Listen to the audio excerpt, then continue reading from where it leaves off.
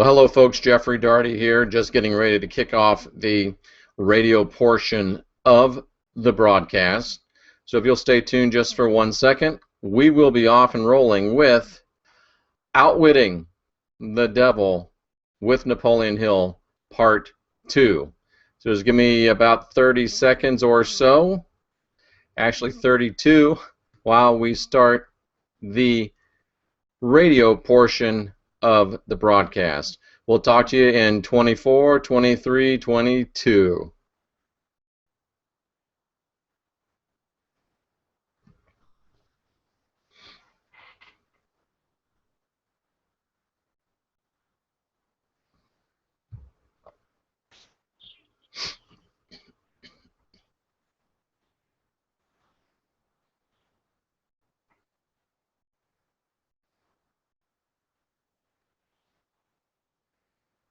Well, hello everyone and welcome. I'm Jeffrey Darty and we are back on the air with the Jeffrey Darty Show, and we're here with part 2 of Outwitting the Devil with Napoleon Hill. Now this show is also being simulcast on my website in glorious video at www.imnck.com. That's a place you can reach me anytime, all the time. Lots of great stuff there for you to go and check out. If you'd like to send me a tweet, my Twitter handle, or whatever they call it, is at @NCKabbalah. If you'd like to send me Facebook messages or follow me, Jeffrey Darty or Jeffrey Darty Show at Facebook. And then, of course, you can email me at jeffrey@imnck.com. And if you're watching the blog or listening to the Blog Talk radio portion, feel free to go ahead and place a question there in the chat room. I see that we've got some people there, so if you have any questions, feel free to chat them in, type them in, and we will be glad to help you out. This is our last program for the week. We'll be taking Saturday and Sunday off. I'll be back on Monday night with my good friend Brian Bowen. We're going to be talking about the Apostle Paul and the LGBT community. And then on Tuesday we're going to talk about the spiritual science of shape and color. And on Wednesday we'll be talking about the cross, the peace sign, and the crucifix. That's going to be fascinating stuff. And then Thursday and Friday, my plan is to talk about the 10 Commandments, Jesus style. Who knew? This is not your grandma's 10 Commandments. This will give you a completely brand new, super fresh perspective on what really were spiritual guidelines and not meant to be rules handed down from on high. So there you have it. That's our schedule for next week. Tonight, part 2 of Outwitting the Devil with Napoleon Hill. Of course, Mr. Hill has been gone for a few years. He passed away. But this is the book, along with my notes inside of it. For those of you that are on the video portion, you can see Outwitting the Devil. I actually really recommend this book to you. I don't know, I paid $6, $7, $8 for it, but it was published, or it was actually written in 1938 and was not published until 2011 because Hill's wife was afraid that it would cause so much chaos and controversy that she prevailed upon her husband not to publish the book. Her husband passed on before she did, and she held on to the manuscript, would not release it. Once she died, it went into her family. That person also did not want to release it. Finally, the third generation down, somebody realized this is something that has to be published. And the fascinating thing is that the book was meant to be published in 2011. It was way ahead of its time in 1938. Maybe Mrs. Hill was correct, but the book was written for today. The book was written for you. The book was written for me. If you did not see last night's video after the blog talk, you need to go on the website and go to YouTube and check that out, because it's very crucial. You missed a lot of good stuff if you only heard the radio portion. Same thing tonight. After I'm finished here, I don't know how much I'm going to go on the website, but we will be doing something else. Believe it or not, I have to go on another radio show tonight, and it was on one this morning, but that's all good stuff. That's what we want to be doing, getting the word out there. But we found out last night that the devil lives, occupies the unused portion of the human brain. We found out that the devil confessed that he is unbalanced energy. He is negative energy. I think tonight, if I remember correctly, he'll tell us how he came into being, which is just stunning. And we also found out that the devil cannot control anyone who thinks for themselves. And that's why this has become a sink or swim, throw you in the deep end kind of show, because it's time to, the kiddie pool's not doing it for us anymore. It's time to get out underneath that rope, and it's time to get into the deep end. It's definitely sink or swim time. Throw you in the deep end here on the Jeffrey Daugherty Show. So let's go ahead and dive back in, to follow my pool analogy, to Outwitting the Devil with Napoleon Hill. And we left off last night with the devil talking about the fact that he does not, time and space does not exist for him. He's a force best described as energy, and his favorite dwelling place is in the minds of the earthbound. And he said his opponent controls the positive forces of the world, love, faith, hope, and optimism. But he, the devil says, he does not seek to control stars and planets. He prefers the control of human minds. And then this is where we start getting to more fascinating stuff. Napoleon Hill asked the devil, said, "Your Majesty, where did you acquire your power, and by what means do you add to it?" This is amazing. How did you get your power, and how did you add to it? And the devil says, "I add to my power by appropriating the mind power of the earthbound as they come through the gate at the time of death. 98 out of every 100 who come back to my plane from the earth plane are taken over by me, and their mind power is added to my being. I get all who come over with any form of fear. You see, I'm constantly at work preparing the minds of people before death so I can appropriate them when they come back to my plane." Now, if you'll think way back in the beginning, last year when I was talking on a regular basis with Dr. Andy Toltec, the shaman and MD psychiatrist from Britain, now living south of the border, we talked constantly, and I need to get him back, we talked constantly about when a person leaves this physical plane, they go through, or I'm going to think of it still as segmented, even though it may not be segmented, stacked, layered, however you want to look at it. They pass through the astral realm to get to the etheric realm where God lives, where the universe or power is, and everything that's not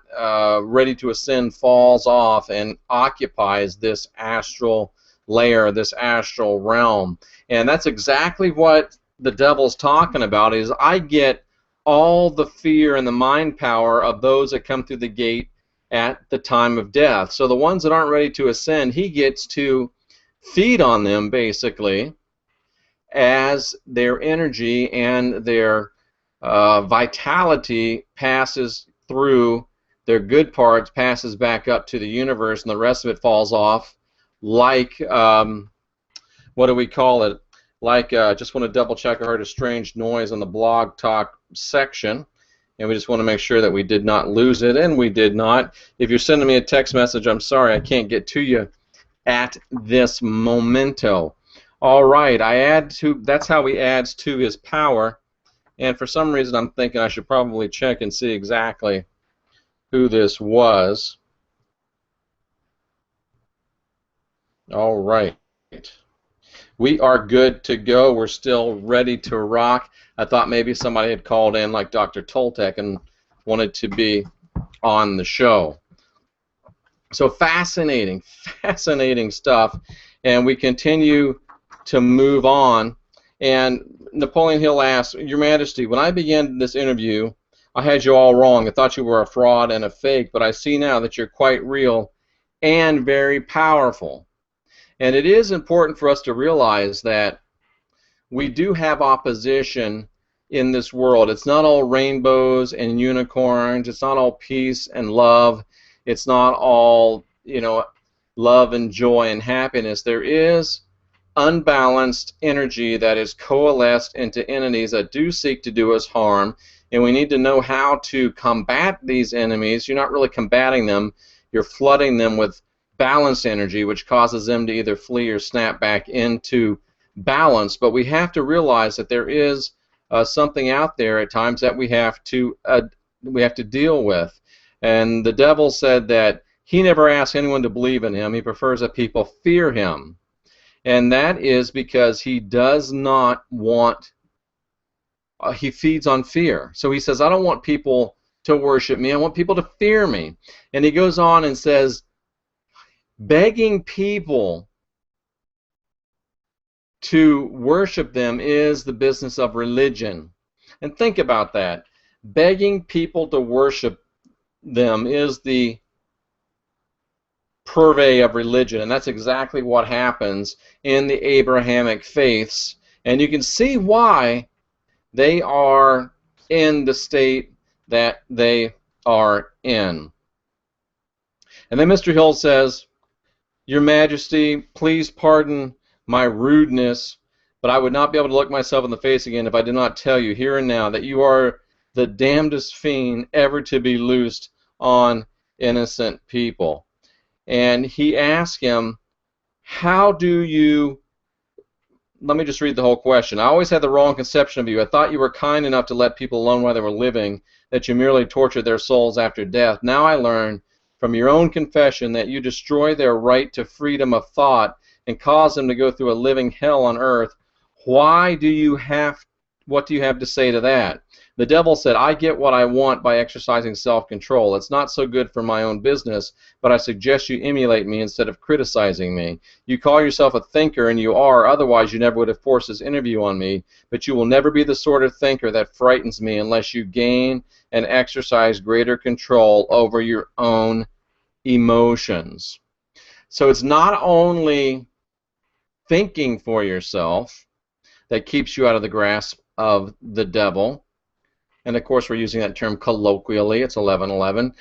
It is also learning to be in control of your own emotions. And I work with people all the time, and it's almost like working with children all the time, because I hear things like, oh, she just makes me so mad, or he just makes me want to scream, or my job just makes me feel so bored, and oh, I just feel so depressed all the time because of my health. And that's a bunch of crap. He doesn't make you feel mad. She doesn't make you feel jealous. Your job doesn't make you feel depressed. Nothing or no one has the power to make you feel anything. You choose to feel what you choose to feel. No one ever makes us feel anything. We decide to feel it. Now, people may be doing things that you choose to allow you to make the choice to feel depressed or some other thing, but please, stop saying, she makes me do this, he makes me do that, they make me feel this, they make me feel that. You sound like Flip Wilson back in the 60s, the devil made me do it. No, he didn't, and no, they don't. Get control of your own emotions. No one makes you feel anything. You choose to feel it. And why would you choose to feel something that makes you anything less than optimal? It's your choice. Use a little discipline and just don't allow people to make you feel any way other than how you want to feel. Man, I used to be the worst. I would get ticked off and upset at the drop of a hat. And I'd drop the hat myself. Oh man, these people make me so angry. My spiritual maturity has helped me. Being 51 years old now has helped me. I think my martial arts study has helped me to where I now don't let anybody make me feel any way. If I'm feeling something, it's because I want to feel it. If I'm feeling something, it's because I've chosen to feel it.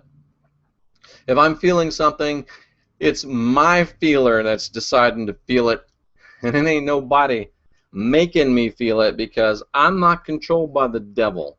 I think for myself, and I decide when I'm going to have the emotions I'm having. I'm not Spock yet, don't want to be, but I am in control of my emotions.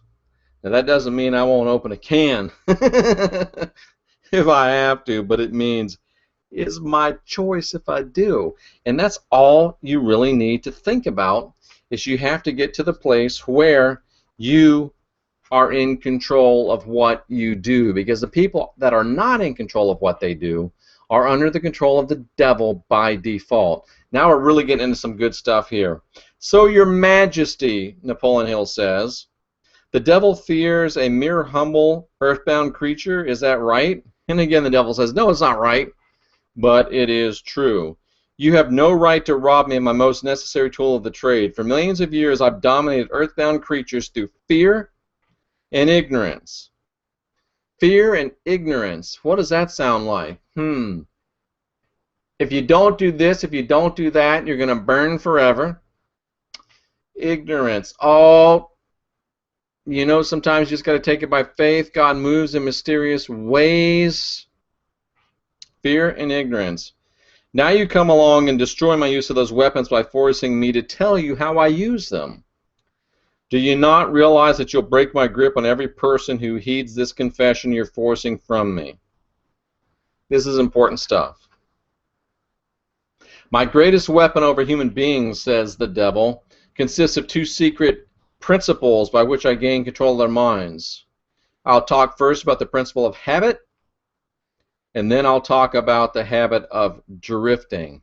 So two big things that the devil uses to control us: the principle of habit, and more specifically the habit of drifting. And remember, he's in control of the people that won't think for themselves, the people that won't keep their emotions in check, and he moves in and occupies the unused portion of the human brain according to his own confessions. The best way to define the word drift is by saying that people who think for themselves never drift, while those who do little or no thinking for themselves are drifters. So if you don't think for yourself, you're a drifter, and the devil says that's the best way for him to control you. A drifter is one who permits himself to be influenced and controlled by circumstances outside of his own mind. Again, she makes me so mad. He makes me feel like a loser. My job makes me feel depressed. My bank account makes me want to cry. No, it doesn't. You are in control. The drifter would rather let me occupy his mind and do his thinking than go to the trouble of thinking for himself. A drifter is one who accepts whatever life throws in his way without making a protest or putting up a fight. He doesn't know what he wants from life, and he spends all of his time getting just that. A drifter has lots of opinions, but they're not his own. Most of them are supplied by me. If you have a great basic purpose, and we all do, if you have taken the time and effort to find out what your great basic purpose is, and if you are embracing it, you will not be drifting because you'll know exactly what you're supposed to do. If you're just out there going through the motions, just working for a paycheck, chances are that you're drifting. And you've got to stop it. You've got to take control of your life. It's something that just has to happen. And for just a little break, give this a listen.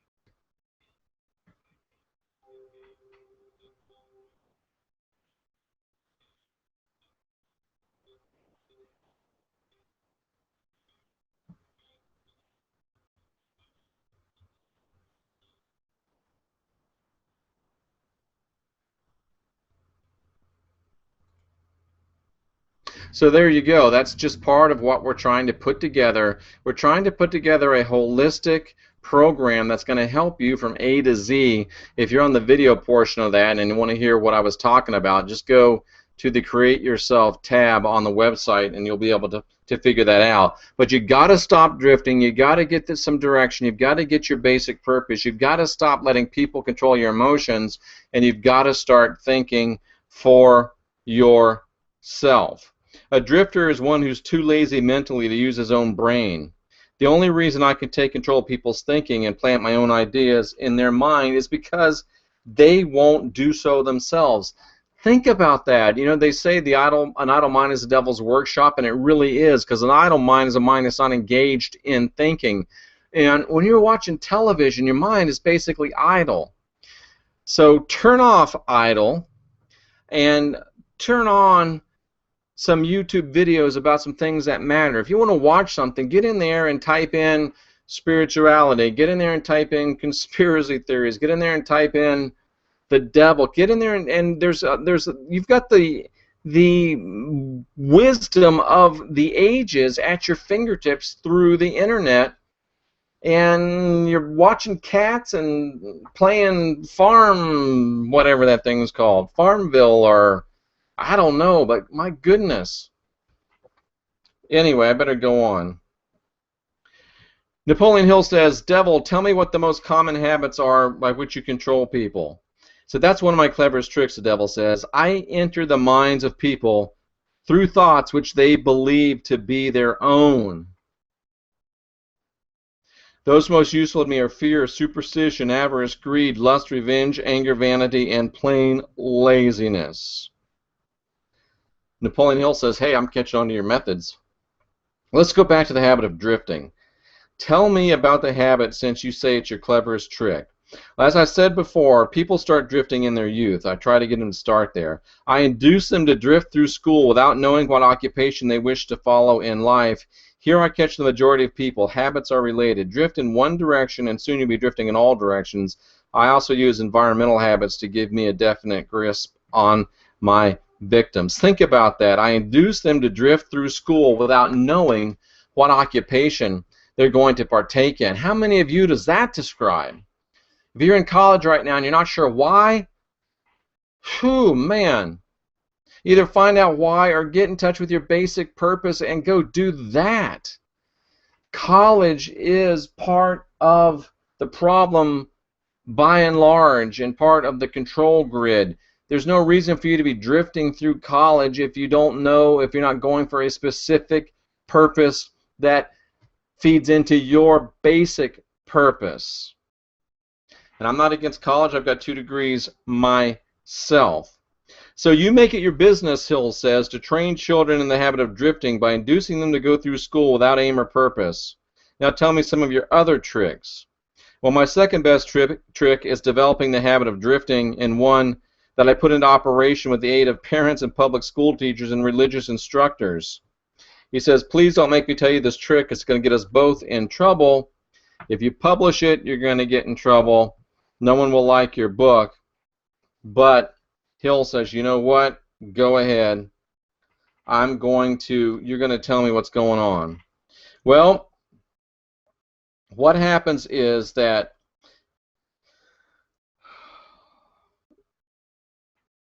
parents, school teachers, religious instructors, and many other adults unknowingly serve my purpose by helping me destroy in children the habit of thinking for themselves.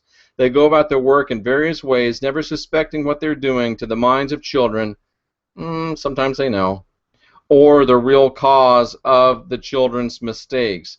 So parents, school teachers, religious instructors serve the devil's purpose by helping destroy in children the habit of thinking for themselves. Again, when you go to your religious leader and say, why is this, and they tell you just have faith or God moves in mysterious ways, find yourself another religious leader.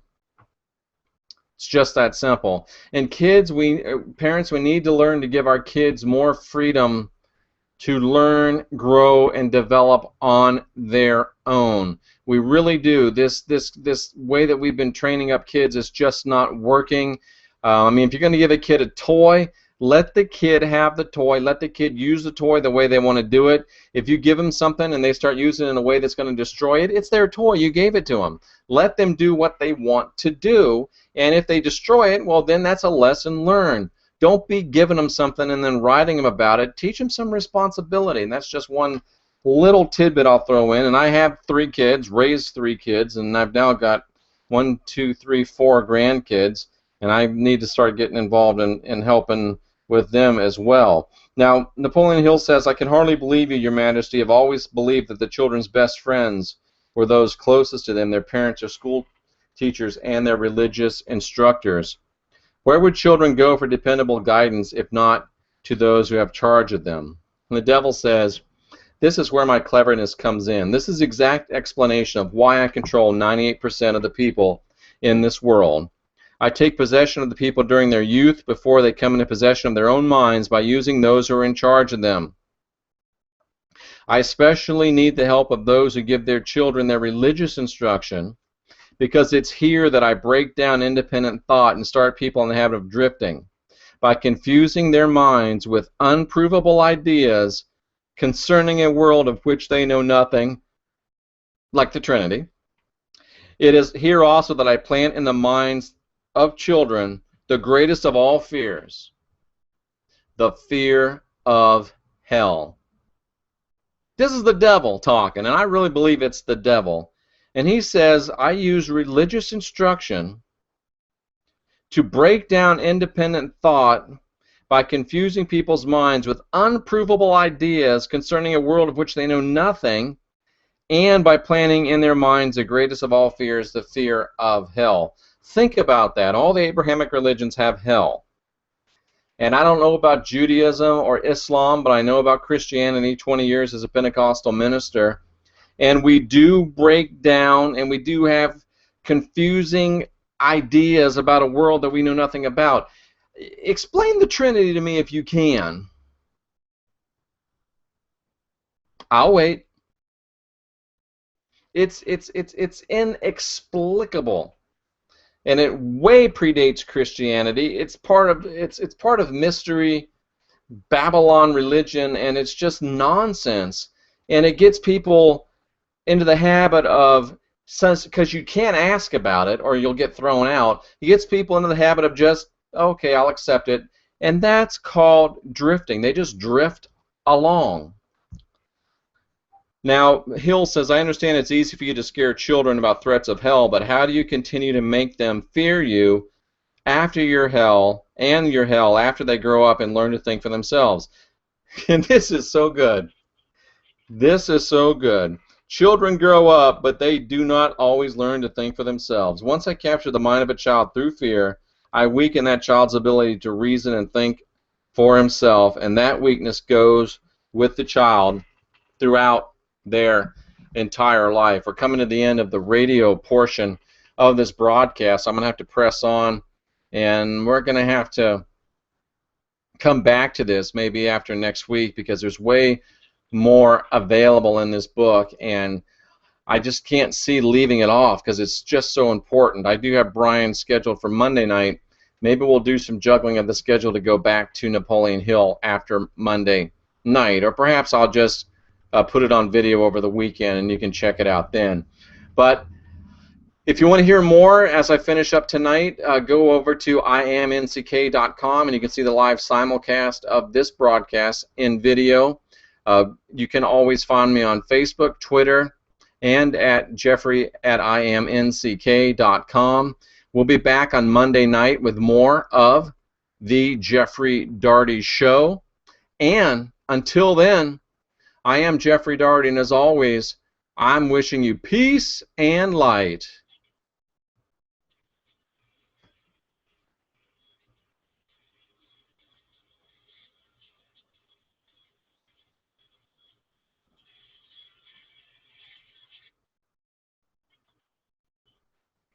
All right, folks, we have concluded the radio portion of the broadcast. And let's go ahead and jump right over into the video portion of the broadcast. And we're going to continue on learning more about this good stuff that we've been talking about. And let me just go ahead and shut down the radio portion of things. Let's check and see if we have any questions on the Blog Talk side of things. We don't. On the Twitter side of things, we also have no questions. We're going to be on the air for another little bit here, so if you do want to ask questions, feel free to tweet me, and if you don't. But I'm supposed to be on a show in about a half an hour, but I don't want to just walk away from this because it's such good stuff. It really is. And Napoleon Hill goes on and says that I understand your devilish nature. Let's get back to your methods of inducing people to drift to hell here on earth. From your confession, I can see that you take charge of children while their minds are young and pliable. Tell me more of how you use parents, teachers, and religious leaders to ensnare people into drifting. And folks, remember, this book was written in 1938. And it wasn't published until 2011, and I didn't find it until about 2 weeks ago. So I know it sounds like I found a book that agrees with everything I've been teaching you, but I didn't know that this book existed, and I didn't know this stuff was in this book. Imagine my excitement to find that a great man like Napoleon Hill taught many of the things that I'm trying to share with you folks. And it's very encouraging to me. It's like finding out that Thomas Jefferson shared a lot of my beliefs about the Apostle Paul. It's just great confirmation and lets us know and lets me know that we really are in a time of great enlightenment. And the devil says, one of my favorite tricks is to coordinate the efforts of parents and religious instructors so that they work together in helping to destroy children's power to think for themselves. I use many religious instructors to undermine the courage and power of the independent thought of children by teaching them to fear me, the devil. But I use parents to aid the religious leaders in this great work of mine. I mean, how many of us were taught to be afraid of the devil? Man, I used to have, for at least the first 10 years of my life, I would have this dream. We lived in St. Pete, Florida, and we had the old-fashioned oil tank, and it was outside my window, and it was kind of high, so it had a little ladder on it so the dude could get up there and fill it up, and it was right by my window. We had those windows that swing in, and I don't think my window had a screen on it, probably because I kept punching the thing out, but I had this recurring dream for years and years and years that I see, and this is a kid's mind, I'd see these white sparkly gloves climbing up that ladder. And then I would see the devil, you know, he was really pale, had his horns and stuff, and a red sparkly suit, and he'd be looking in at me.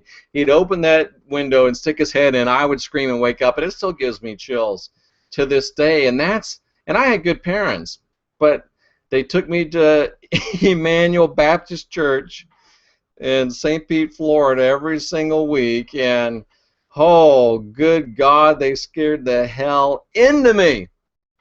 And it's just that thing, and I ended up spending 20 years of my life serving this. Oh boy, don't get me started on that. But we so often build fear in our children by teaching them to be afraid of the devil. Good God Almighty, what are we thinking? Christian parents, what are you thinking? To teach your children to be afraid of the devil, you're teaching them fear. Fear is the one thing that guarantees failure. Don't teach your kids to be afraid.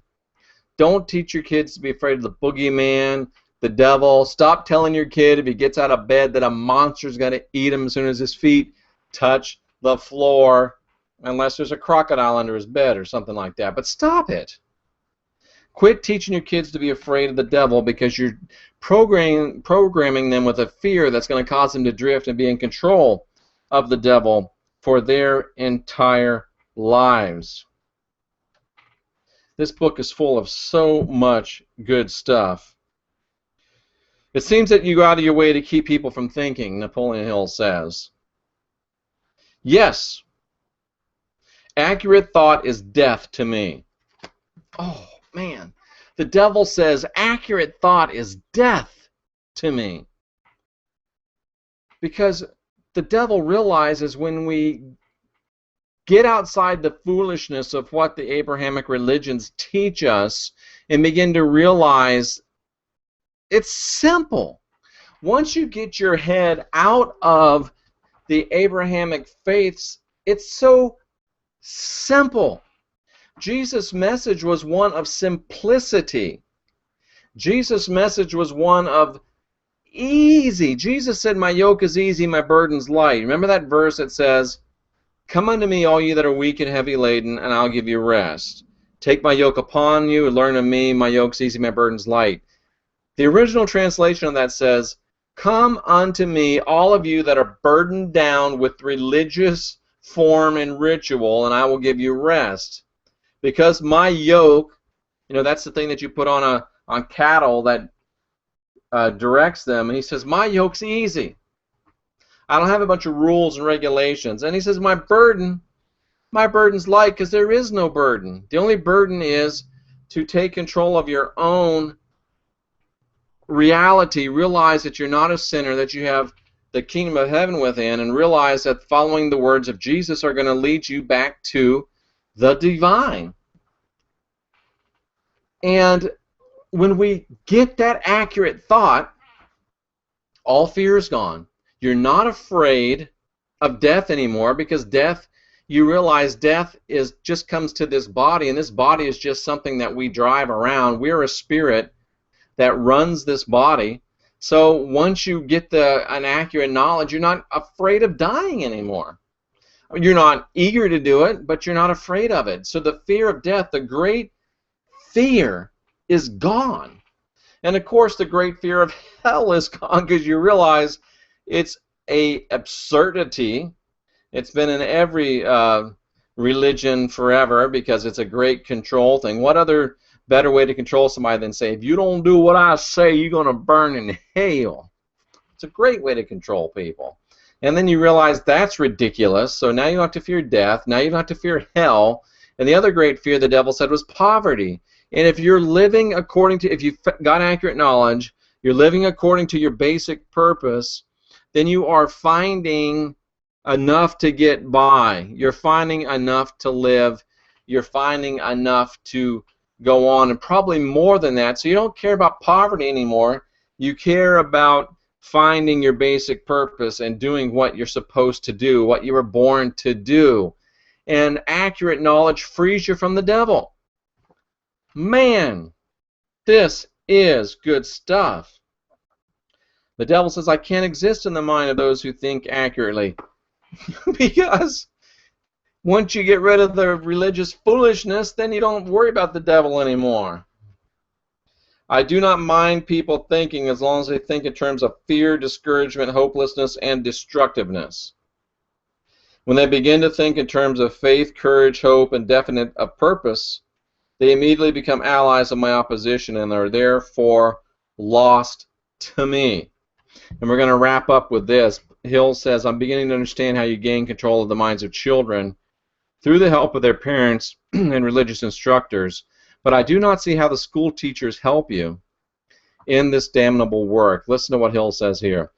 School teachers help me gain control of the minds of children, not so much by what they teach the children, but because of what they do not teach them. The entire public school system, this is from kindergarten to graduate school, and it's also the basis of the entire religious system. I used to preach back even when I was a Pentecostal evangelist about indoctrination versus enlightenment. This is indoctrination that the devil's fixing to talk about. The entire public school system is so administered that it helps my cause by teaching children almost everything except how to use their own minds and think independently. I live in fear that someday some courageous person will reverse the present system and deal a death blow by teaching students to become the instructors, using those who now serve as teachers only as guides to help the children establish ways and means of developing their own minds from within. When that time comes, the school teachers will no longer be my staff. That's what Create Yourself is.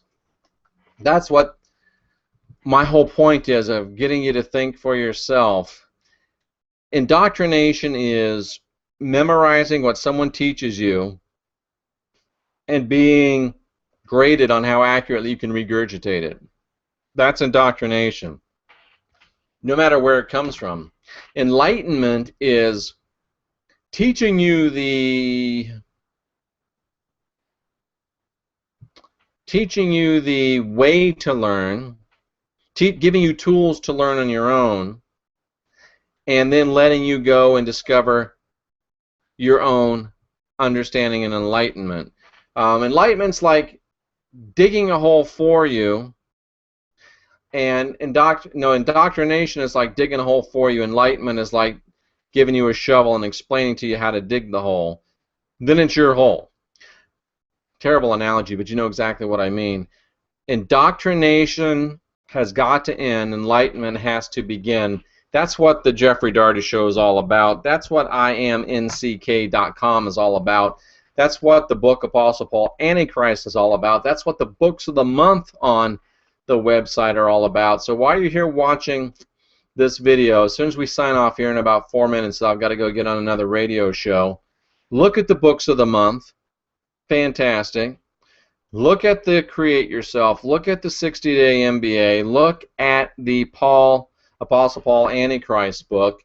And this is a place, IamNCK.com, this is a place where you can get started getting started. And this is a place that can help you. I mean, I've been through a lot of things in 20 years as a Pentecostal evangelist, and now over 10 in the free-form spiritual world. I want to pass on the benefits of that knowledge. I want to teach you how to do things simpler, easier, faster, and more efficiently. I want to show you the mistakes to avoid. And if you want help on a practical business side, we can also help you learn how to get a hold of your basic purpose and make that basic purpose your business that puts the bread on the table. Don't eat bread, though. It's not good for you. But until Monday night, I'm Jeffrey Daugherty. We'll be back Monday night with Brian Bowen talking about the Apostle Paul and the LGBT community. Have a safe weekend. Use the weekend to catch up on some of the programs if you missed them. And until then, I am Jeffrey Daugherty, and as always, I'm wishing you peace. We're talking about the peace sign next week. And light. We'll see you on Monday, and until then, find me on the website, Twitter, Facebook, and maybe at the coffee shop. You never know. Until then, this is Jeff Daugherty. Peace, light. We'll see you Monday night.